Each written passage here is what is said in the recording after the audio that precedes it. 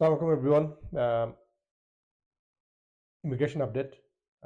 British government চিন্তা করছে যে তারা ডেনমার্কের মতো stricter immigration policy, immigration rule নিয়ে আসবে। ডেনমার্ক হচ্ছে ইউরোপের একটা ওয়েস্টার্ন ইউরোপের একটা ফার্স্ট ওয়ার্ল্ড কান্ট্রি, ছোট দেশ, জনসংখ্যাও ছোট, কিন্তু one of the toughest and stricter immigration policy, immigration rule they have. তো এখন কথা হচ্ছে ইউকে তো ইমিগ্রেশন খুবই ভলাটাইল অবস্থা, একটা পলিটিক্যাল ইস্যু হয়ে গেছে। Public pressure, opposition political party থেকে প্রচন্ড প্রেশার গভর্নমেন্টের উপর। সো গভর্নমেন্ট এই জন্য চিন্তা করছে যে ডেনমার্কের মতো ডেনিশ স্টাইল ইমিগ্রেশন পলিসি নিয়ে আসার জন্য। তো ডেনমার্কের ইমিগ্রেশন পলিসি সম্পর্কে আমরা বেসিক কিছু জিনিস জানি। সেটা হচ্ছে ডেনমার্কের ইমিগ্রেশন পলিসির ক্ষেত্রে যেটা সবচেয়ে বেশি কঠিন, সেটা হচ্ছে ওখানে সেটেল হওয়া। সেটেল হতে হলে সবচেয়ে বড় যে ব্যাপারগুলো, সেটা হচ্ছে আপনার ল্যাঙ্গুয়েজ স্কিল হতে হবে। এখানে যেমন ইংলিশ ল্যাঙ্গুয়েজ টেস্ট ইদানিং চালু করছে, ওখানে আরও বেশি টাফার ল্যাঙ্গুয়েজ টেস্ট, আপনাকে ডেনিশ শিখতে হবে।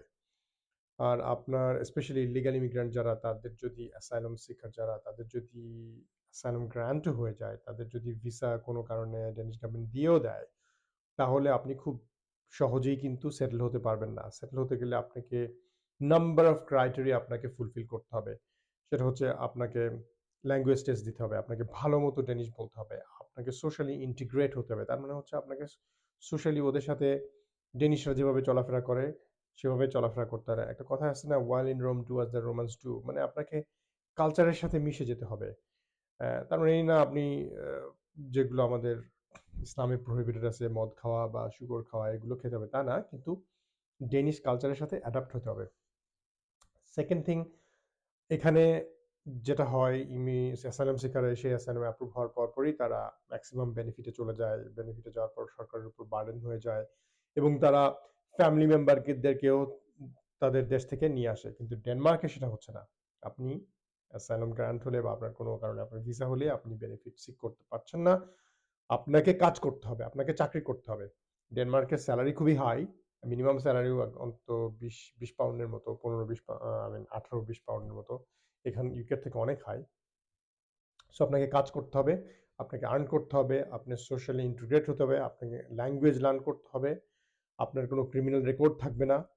এত কিছু করার পরও আপনাকে ডেনিশ গভর্নমেন্ট যদি মনে করে আপনি ডেনিশ গভর্নমেন্টের সোসাইটিতে বা ডেনিশ সোসাইটিতে আপনি কন্ট্রিবিউট করছেন, আপনি একজন ভালো মানুষ, আপনার ক্যারেক্টার সার্টিফিকেট দেখবে, আপনার ক্যারেক্টার দেখবে, আপনার বিহেভিয়ার দেখবে, আপনার আপনি কোনো ফলস ডকুমেন্ট বা ফলস ইনফরমেশন দিয়েছেন কিনা, আপনি যখন অ্যাপ্লিকেশনগুলো করেছেন, সমস্ত কিছু খুঁটিয়ে খুঁটিয়ে দেখবে। দেখার পর যারা শুধু জেনুইনলি যাদের ভিসা দেওয়ার যোগ্য তাদেরকে দিবে, জেনুইনলি যাদের অ্যাসাইলাম গ্রান্ট হওয়ার যোগ্য তাদেরকে দিবে। এই দেশের মতো এসেই একদম অ্যাসাইলাম সিক করে দিলাম, আমার ভিসা শেষ হয়ে যাচ্ছে, ঠিক আছে, আর কোনো উপায় নেই, অ্যাসাইলাম মেরে দিই একটা।